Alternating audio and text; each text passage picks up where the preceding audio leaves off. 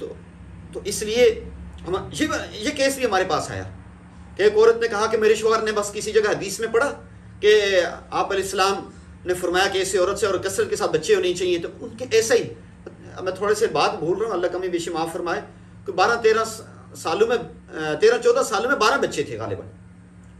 और वो औरत गालिबन उन बहन की उम्र कोई 35-38 साल की उम्र में 12 बच्चों की माँ, और वो 20 बीमारियों की मरीज थी।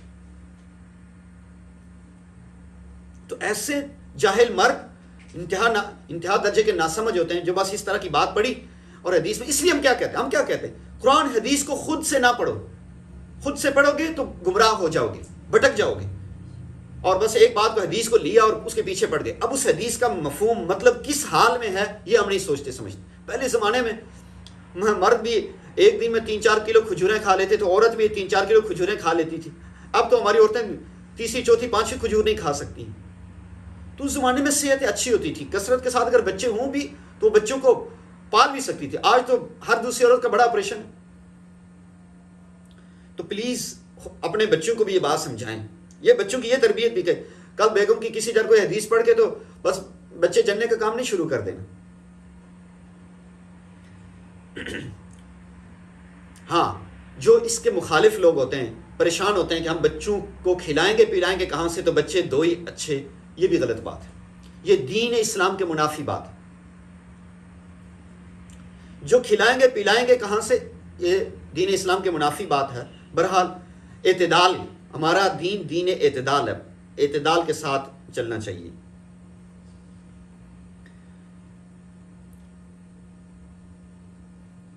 एक साहिब को हसब और नसब, इज्जत और मर्तबा वाली मालदार बांझ औरत से मोहब्बत थी, इसलिए शादी करना चाहिए। आप सल्लल्लाहु अलैहि वसल्लम ने मना किया। तीसरी मरतबा आप सल्लल्लाहु अलैहि वसल्लम ने उनसे फरमाया, आप ऐसी औरत से शादी करो जो बहुत बच्चे जनने वाली और खूब मोहब्बत करने वाली हो, इसलिए कि मैं तुम्हारी कसरत की वजह से और उम्मतों पर फ़ख्र करूँगा। शादी के सिलसिला में ये बुनियादी और अहम बातें जिनका तरबियत के मसला से गहरा ताल्लुक़ है, इसलिए तरबियत अफराद के सिलसिला में इस्लाम ने ख़ानदान की पहली कड़ी की देखभाल की। इस्लाम की इब्तिदा शादी से होती है, इसलिए ये फितरत इंसान की हाजत और ज़रूरत है। इससे औलाद के नस्ब का ताल्लुक़ है और इसकी वजह से माशरा मोज़ी मुताद्दी अमराज और अखलाकी बेरा रवी से बच जाता है। मियाँ बीवी बाहमी तावन से औलाद की तरबियत करते हैं, लिहाजा बच्चों की इस्लामी तरबियत की इब्तिदा एक ऐसी मिसाली शादी से होना चाहिए जिसका मदार ऐसी अहम बातों पर हो जो तरबियत पर असर अंदाज हो और माशरा की तैयारी और इस्लाम में नुमायाँ काम अंजाम दे सकें। अच्छा, अब आगे दूसरी फसल, हमारी पहली फसल पूरी हो गई, दूसरी फसल आगे बच्चों के हवाले से होगी, वो इंशाअल्लाह अगले उसमें पढ़ेंगे। बहरहाल यहाँ तक हमारी आज चौथी क्लास है। 4 क्लासेस में हमने शादी के मुतल्लिक़ चंद बातें अर्ज़ की। सारी बात का ख़ुलासा, सारी हमारी 4 क्लासेस का ख़ुलासा ये हुआ कि सबसे पहली बात ये है कि माशरे में पाकदामनी तब आएगी जब शादी होगी, प्रॉपर सुन्नत के मुताबिक निकाह होगा, शादी होगी, तो माशरे में खैर फैलेगी। और बेनिकाही मर्द औरत को पसंद दीन इस्लाम में नहीं किया गया। कोई इबादत की गर्ज से चाहे कि मैं अल्लाह की इबादत करूँगा, कोई भी मर्द या औरत, और वो शादी ना करे, दीन इस्लाम में इससे मना किया। हमने दीन इस्लाम की इन बातों को सीने के साथ लगाना है। मैं ऐसी 20 अपनी मुसलमान बहनों को जानता हूँ, 40 साल 45 साल उम्र है, शादी हुई नहीं, शादी हुई नहीं। तो और वो शादी क्यों नहीं हुई? रिश्ते में ये शर्त भी थी, ये शर्त भी थी, ये शर्त भी थी। कभी अम्मी को पसंद नहीं आ रहा, कभी अब्बू को पसंद नहीं आ रहा, हमारे शहर में होना चाहिए, हमारे मुल्क का होना चाहिए, फ़लाँ होना चाहिए, ये होने, यूँ करते करते करते 45 साल उम्र, अब शादी करके क्या करेंगे? आप सल्लल्लाहु अलैहि वसल्लम ने 60 साल की उम्र, 50 साल से ऊपर की उम्र की ख़वातीन से भी शादी की। आप इस्लाम ने करके दिखाया।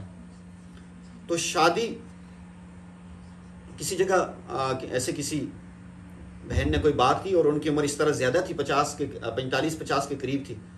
तो ये फ़कीर जो दीन इस्लाम से सीखा वो मशवरा देता, तो वो बात पूछ रही थी, कुछ मसाइल का जिक्र कर रही थी, मशवरा कर रही थी, तो उनको फ़कीर ने उनकी बीमारियां उनकी हवाले से उनको कहा कि प्लीज़ आप अपने इलाके में कोई रिश्ता देख कर ज़रूर शादी करें। कहने लगे उस्ताद जी अब शादी करके अब क्या करेंगे, अब अल्लाह अल्लाह करते हैं, यानी अपना एक जहन बन चुका हुआ है। अब वो क्या करती हैं, नमाज भी खूब पढ़ती हैं, रोज़े भी रखती हैं, लेकिन उनको जिस्मानी कुछ अजीब व गरीब बीमारियाँ थी। डॉक्टर लोगों के पास गए, डॉक्टर लोगों ने भी उनको ये कहा कि आप शादी कर लें, आपका ये मसला हल हो जाएगा। नहीं, बस वो अम्मी जी ये कहती थी, फलां ये कहता था फलां।